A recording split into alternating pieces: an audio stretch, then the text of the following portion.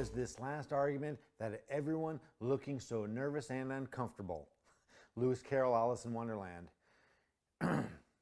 Greener pastures. Addicts in absence are suffering to such a degree that they often cannot see the benefits of sobriety people refer to. We tell them it gets easier and it gets better, but that does not match what they are experiencing in the beginning phases. No one can describe the greener pastures you will see in sobriety in terms you can understand any more than you can adequately describe your suffering in terms that will make sense to a person not suffering. The only way I know how you're suffering in your recovery is because I too suffered through it. You will have to trust the 100% of recovered people who are telling you it is wonderful on this side of the fence. The grass is so green here. We are waiting for you, and just like you found out it was true when people told you drugs would mess you up in life, you will find it is true that a sober life is not merely better than a using life. It is grand. Addicts are my favorite people.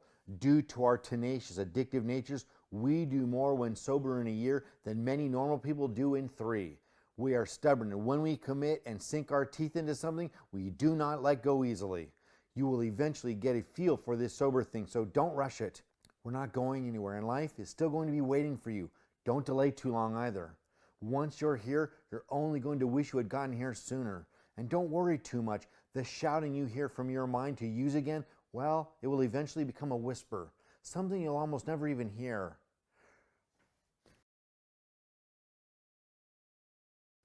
Turn up the heat on your stove until it gets nice and red hot.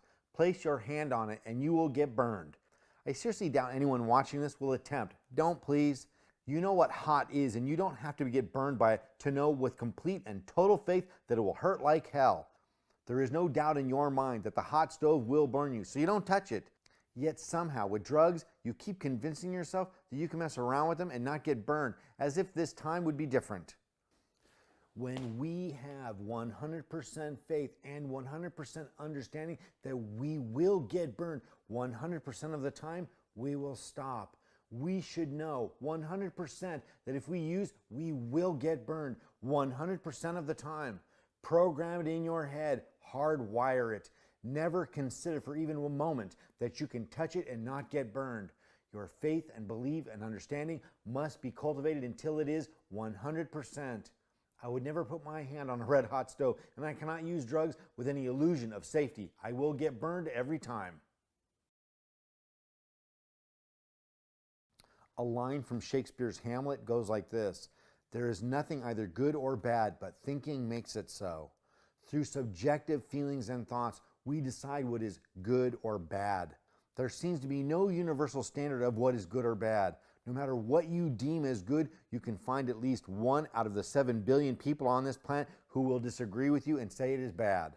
We are all caught in a subjective reality, one we create and determine every day. However, there is an objective reality too, one that exists without opinion or feeling.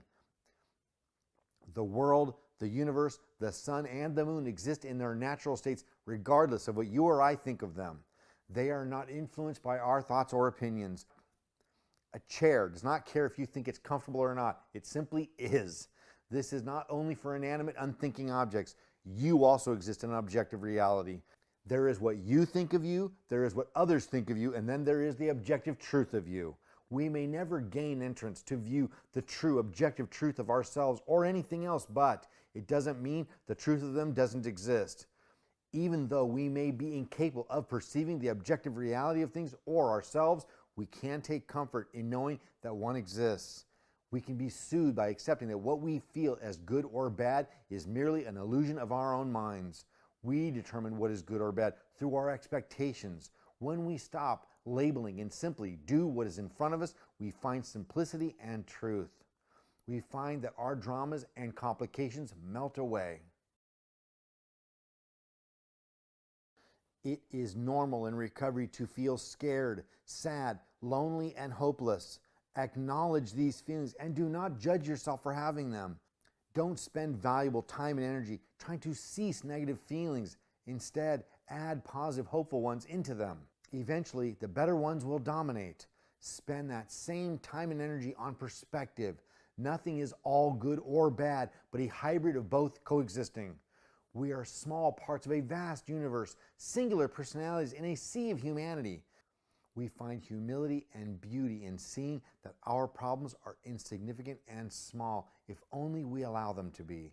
If we make too much of them, they engulf us.